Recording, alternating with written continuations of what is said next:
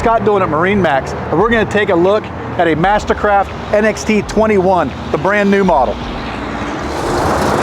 All right, so starting up in the bow of the boat, NXT 21 has your traditional bow, so it's non-pickle fork, but nice deep seating up front, plenty of room for the kids, rear-facing observer seat, one of the most comfortable captain seats in the business. Analog gauges, does have wireless cell phone charging capabilities here, as well as your screen that operates your SurfStar.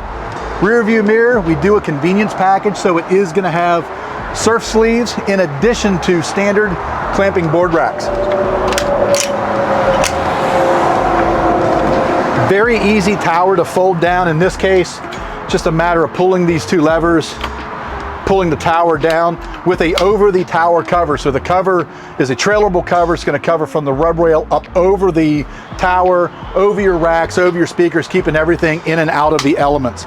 This one also has sea deck flooring throughout and a really nice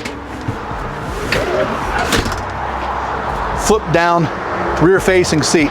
Pop-up ski tow pylon, full width sun pad across the back of the boat. Really, really nice surf boat in a smaller package at 21 foot.